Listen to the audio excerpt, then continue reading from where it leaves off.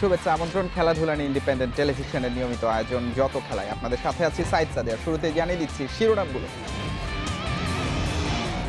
সোহান মুশফিক দুজনেই কিপিং করবেন নিউজিল্যান্ড সিরিজে। ব্যাটে বলে ভারসাম্য রাখতে স্পোর্টিং উইকেট চান ডমিঙ্গো।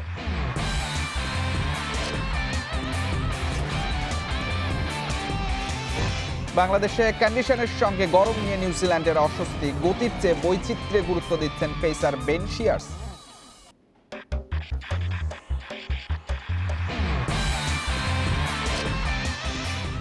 কিরগিজস্তান পৌঁছে প্রথম অনুশীলনে রোমাঞ্চিত দুই প্রবাসী ফুটবলার তাহমিদ ওয়াহেদ। সেরা প্রস্তুতির লক্ষ্য জেমিদের।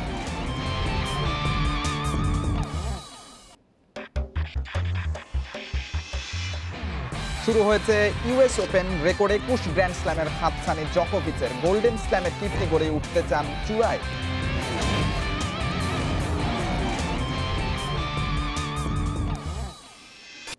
নিউজিল্যান্ড সিরিজ নিয়ে পরিকল্পনা চূড়ান্ত। প্রথম দুই ম্যাচে কিপিং করবেন সোহান, পরের দুই ম্যাচে মুশফিক। পারফরমেন্সে বিশ্লেষণ করেই চূড়ান্ত করা হবে শেষ ম্যাচের ভাগ্য, জানিয়েছেন হেড কোচ রাসেল ডমিঙ্গো। এদিকে ব্যাটসম্যানদের প্রস্তুতি আর জয়ের আত্মবিশ্বাসে মিরপুরে স্পোর্টিং উইকেটের আশা ডমিঙ্গোর। সিরিজ শুরুর আগেই ত্রিমুখী লড়াই জমেছিল, কৌতূহল ছিল তীব্র। মুশফিক লিটন ফেরায় সোহানকে দলে রাখা নিয়েছিল জল্পনা কল্পনা। সব কৌতূহলে সমাপ্তি রেখা টেনে দিলেন ডমিঙ্গো। অনুশীলন শুরুর আগে সুখবর পেলেন সোহান। শরীরী ভাষায় আত্মবিশ্বাসের ছটা। একাদশে ওর থাকা নিয়েছিল সংশয়, কিন্তু ডমিঙ্গো সোহানের উপর আস্থা রেখেছেন। ভাবনায় আছেন মুশফিকও। আপাতত পরিকল্পনার বাহিরে লিটন। নিশ্চিতভাবেই সোহান কিপিং করবে প্রথম দুই ম্যাচে। এই সিরিজটায় আমরা উইকেট কিপিংয়ের দায়িত্ব ভাগাভাগি করে দেওয়ার পরিকল্পনা করেছি। দুজনকেই দুটি করে ম্যাচ দেখা হবে, তারপর পঞ্চম ম্যাচে সিদ্ধান্ত নেওয়া হবে। বিশ্বকাপে যাবার আগে ব্যাটসম্যানদের প্রস্তুতি জরুরি, কিন্তু নিউজিল্যান্ডকে বেকায়দায় ফেলতে স্লো উইকেট হলে প্রস্তুতিতে ঘাটতি থেকে যাবে। আবার জয়ের আত্মবিশ্বাসও গুরুত্বপূর্ণ, তাই সিরিজে দুটি ভাবনাই বিবেচনায় রাখা হচ্ছে। আমার ধারণা মিরপুরে স্বাভাবিক ও ভালো উইকেটই পাওয়া যাবে এই সিরিজে, যেখানে 150-160 রান হবে ভালো স্কোর। এটাই হয়তো পরিস্থিতির দাবি এবং এই সিরিজটায় এমন কিছুর দিকেই তাকিয়ে থাকবো আমরা। বিশ্বকাপ দলে তামিমকে নিয়ে কোনো সংশয় রাখেননি ডমিঙ্গো। ওপেনিংয়ে সৌম্য নাইমকে নিয়ে আস্থা কোচের। লিটন ফেরায় ডমিঙ্গোর আত্মবিশ্বাস আরও বেড়েছে। Saiful Majumdar, independent news. বাংলাদেশের কন্ডিশন কতটা কঠিন প্রথম অনুশীলনেই টের পেয়েছিলেন বেন শিয়ার্স। তবে সময়ের সাথে মানিয়ে নেওয়ার চেষ্টা করছেন কিউই পেসাররা। অভিষেকের অপেক্ষায় থাকা বেন শিয়ার্স জানিয়েছেন সুযোগ পেলে টাইগারদের বিপদে ফেলতে চান। এজন্য গতির চেয়ে বৈচিত্র্যে গুরুত্ব দিচ্ছেন তিনি। বাংলাদেশের উইকেট শুধু নয়, এশিয়ার বাইরের দেশগুলোর কাছে এই কন্ডিশন চিন্তার বড় কারণ। কয়েকদিন আগে যা ভালোভাবে টের পেয়েছে অস্ট্রেলিয়া, গরম আবহাওয়া আর স্লো উইকেটের সাথে মানিয়ে নেওয়া কয়েক গুণ বেশি কঠিন পেসারদের জন্য। আর যারা প্রথমবার বাংলাদেশ সফরে আসেন তাদের জন্য তো দুঃস্বপ্নের মতো।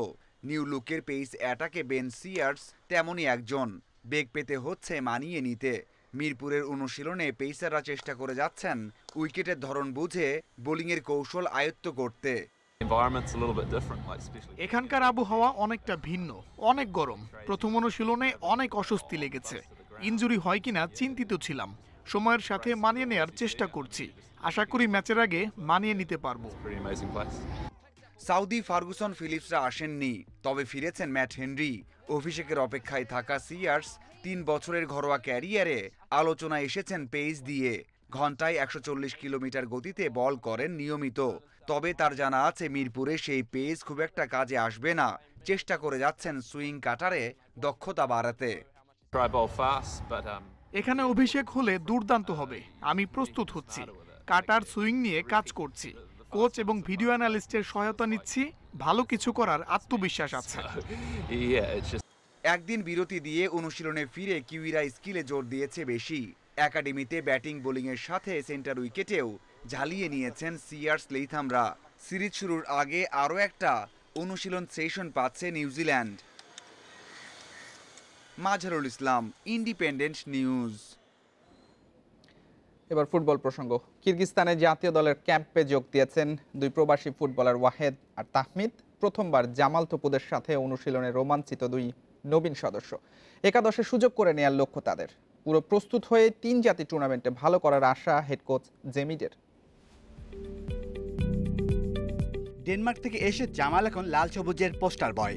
অধিনায়কের পাশে 2 নতুন মুখ, একজন ফ্রান্স প্রবাসী, অন্যজন কানাডার। তাহমিদ ওয়াহেদ প্রথমবার জাতীয় দলে। রোববার রাতে কিরগিজস্তানে এসে পরদিনই নেমেছেন অনুশীলনে। আজকে আমি ফার্স্ট ট্রেনিং করলাম বাংলাদেশ ন্যাশনাল টিমের সাথে। Practice was great. We trained about 3 hours. We are feeling good, সবাই healthy. Just looking forward to the next training and hope I can make my spot in the starting 11. আমি চাই যে আরো ভালো খেলা, আমি টপ মানে 11 মধ্যে আমি ঢুকতে পারি এই ফার্স্ট ম্যাচের জন্য। আর আশা করি এটা হবে, আমাদের জন্য দোয়া করি। তাহমিদ ওয়াহেদকে নিয়ে পূর্ণ স্কোয়াড।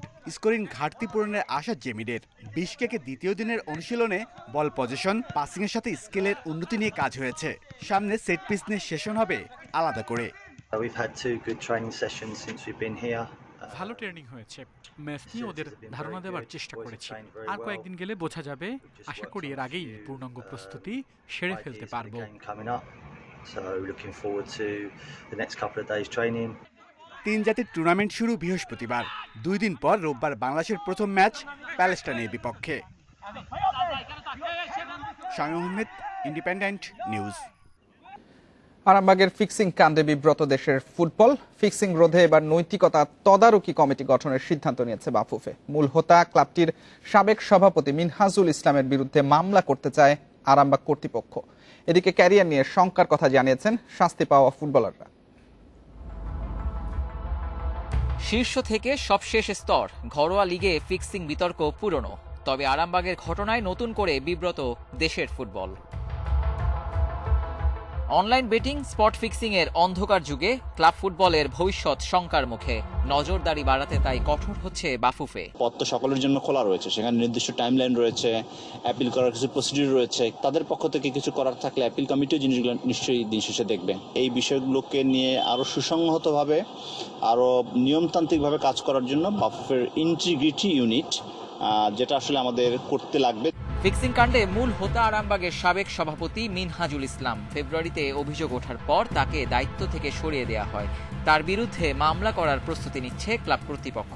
আমরা অবশ্যই মিনহাজের বিরুদ্ধে মামলা করতে যাচ্ছি। আমরা আপিল করব বাফুফের কাছে, সেটা একটা পার্ট। আর মানহানির পার্টটা তো বাফুফের আমাদের সাথে নাই, আমাদের মানহানি হলো মিনহাজের সাথে। মিনহাজের সাথে আমরা করেছি। মিনহাজ আমাদের এই পজিশনে নিয়ে আসছে। অবশ্যই তাকে আমার একটা শাস্তি আমরা চাই। শাস্তির বিরুদ্ধে বাফুফের কাছে আপিল করবে আরামবাগ। তবে নিষিদ্ধ ফুটবলারদের দায়িত্ব নিতে চায় না ক্লাবটি। ক্যারিয়ার নিয়ে অনিশ্চয়তায় রাকিব রাহাদরা। যদি বলে আমাদের বিষয়ে প্রমাণ আছে, যদি সুষ্ঠু প্রমাণ দেখাতে পারে যে আমরা অপরাধী, তাহলে যেহেতু আমি জিনিসটা করিনি, তা এটার বিরুদ্ধে কোনো সুষ্ঠু প্রমাণ আমার মনে হয় না তাদের কাছে আছে। আরও তদন্ত করার দরকার ছিল। আমি এই বছর প্রথম প্রিমিয়ার লিগে খেলি, মানে এইটাই আমার first premier league.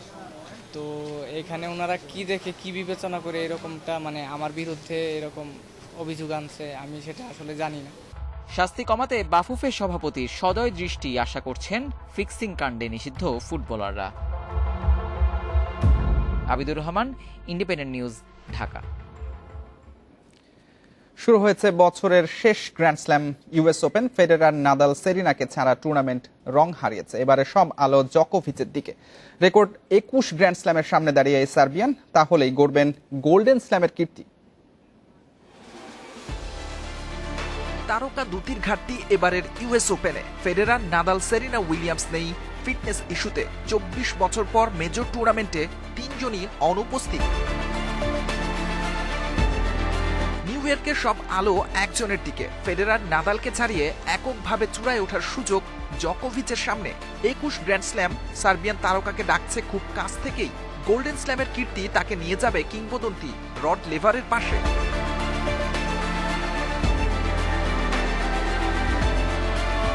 US open বলেই পরিসংখ্যানে কেউই নির্ভর নন। গত এক যুগে এখানে নতুন চ্যাম্পিয়নের সংখ্যা নেহায়েত কম নয়।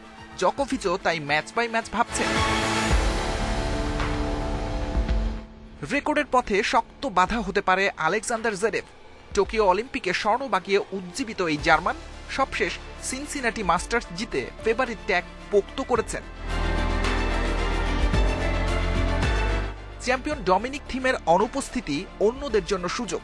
রাশিয়ার মেদভেদেভ কিংবা গ্রিক সিসিপাসও থাকতে পারে শিরোপা লড়াইয়ে। ইতিহাস গড়তে রোমাঞ্চিত জকোভিচ। বুধবার ভোরে শুরু হবে ওয়ার্ল্ড নাম্বার 1 এর মিশন। অবশ্যই আমি মুখিয়ে আছি। সামনে কত বড় সুযোগ সেটা জানা আছে। নিউ ইয়র্কে বছরের পর বছর খেলেছি, সবচেয়ে এক্সাইটিং এন্টারটেইনিং টুর্নামেন্ট। আমি আত্মবিশ্বাসী। নিউ ইয়র্কে বছরের শেষ গ্র্যান্ড স্ল্যাম স্পেশাল। করোনাকালে এই প্রথম টেনিস টুর্নামেন্টে থাকছে ভরা গ্যালারি। সাইদ সাদি, ইন্ডিপেন্ডেন্ট নিউজ। করোনার কারণে এখনও স্থবিরতা কাটেনি দেশের ক্রীড়াঙ্গনে। ক্রিকেট, ফুটবলের বাইরে বেশিরভাগ ফেডারেশন জাতীয় কিংবা আন্তর্জাতিক টুর্নামেন্ট আয়োজনে ব্যর্থ। এজন্য স্পন্সরের অভাবকে বড় বাধা হিসেবে দেখছে সংশ্লিষ্ট কর্মকর্তারা। দ্রুত খেলাধুলা না ফিরলে খেলোয়াড়দের আগ্রহ হারানোর শঙ্কা তাই জোরালো। শূন্য মাঠ, ফেডারেশন ভবনে ঝুলছে তালা। করোনাকালে কোলাহল নেই গুলিস্তানের ক্রীড়াঙ্গন পাড়ায়। মহামারীর 1.5 বছরেও স্বাভাবিক অবস্থায় ফিরতে পারেনি বেশিরভাগ ফেডারেশন। সবশেষ এপ্রিলে বাংলাদেশ গেমসের পর আয়োজন নেই হ্যান্ডবল, ভলিবলে। মাঝে লকডাউন বাধায় পরিস্থিতি কঠিন হয়েছে। গেম চালায় স্পন্সর দিয়ে, তো স্পন্সরকে কিন্তু খোঁজাও সময় লাগে। ইচ্ছা করলে কিন্তু একটা স্পন্সর বসে থাকে না, রেডি হয় না। আমরা স্পন্সর কিন্তু কোনো ফেডারেশনের কাছে আসে না। স্কুল কলেজের খেলাধুলা যেগুলো বন্ধ আছে এগুলিকে কিন্তু চালু না করতে পারলে আমাদের বেসিক্যালি খেলাধুলার যে মানে কম্পিটিশন বলি সেটা হচ্ছে না। তবে সীমিত আকারে প্রতিযোগিতা আয়োজন করার চেষ্টায় কয়েকটি ফেডারেশন। খেলোয়াড়দের চাওয়া জীবিকার মাধ্যম বিবেচনায় দ্রুত শুরু হোক সব ধরনের খেলাধুলা। সবাইকে বলে দেওয়া হচ্ছে সুরক্ষা মেনে মাঠে আমরা থাকবো এবং একই সাথে এনশিওর করছি আপনাকে নভেম্বরের 1 তারিখে ফেডারেশন কাপ এবং নভেম্বরে হচ্ছে প্রাইজ মানি র্যাঙ্কিং আরেকটা আছে। 2 মাস আগে একটা টুর্নামেন্ট হওয়ার কথা ছিল, টুর্নামেন্টটা আপনার লকডাউনের কারণে দেওয়ার পরে টুর্নামেন্ট আর হয়নি। এখন লকডাউন নেই, এখন একটা টুর্নামেন্ট দিতে পারে। যত দ্রুত সম্ভব কোর্টগুলো রেডি করেন এবং টুর্নামেন্ট ডিক্লেয়ার করেন, যাতে সবাই তারা যে আশা নিয়ে আসে এখানে সেটা তারা প্রতিফলন ঘটাতে পারে, মাঠে তারা ফিরতে পারে, গেমসে আসতে পারে। চেনারূপে ক্রীড়াঙ্গন ফিরতে সরকারের সহায়তা চান সংশ্লিষ্টরা। Abidur Rahman, independent news, Dhaka. European ফুটবলের খবর জানাবো। অপেক্ষা ফুরিয়েছে, পিএসজিতে অভিষেক হয়ে গেছে মেসির। বিশেষ উপলক্ষে অবশ্য রঙিন এমবাপের পারফরমেন্স, যাকে নিয়ে রিয়াল মাদ্রিদের সাথে দর কষাকষি চলছে। শেষ খবর, 200 মিলিয়ন ইউরোর প্রস্তাব দিতে যাচ্ছে রিয়াল। অন্যদিকে ম্যানচেস্টারে প্রত্যাবর্তনের প্রক্রিয়া চলছে রোনালদোর। লিসবনে মেডিকেল টেস্ট সম্পন্ন হয়েছে, ভিসা পেলেই যোগ দেবেন ওল্ড ট্র্যাফোর্ডে। 21 বছরের বার্সা ক্যারিয়ার শেষে ভিন্ন পরিচয় লিওনেল মেসি। অপেক্ষার অবসান ঘটিয়ে প্রথমবার পিএসজির জার্সিতে নামলেন আর্জেন্টাইন মহাতারকা। গ্যালারি তখন উত্তাল, ভক্তরা মেসিকে স্বাগত জানায় নিজেদের মতো করে। বন্ধু নেইমারের বদলি হয়ে নামেন ম্যাচের 66 মিনিটে। প্রথম ম্যাচ ছিল মানিয়ে নেয়ার মঞ্চ।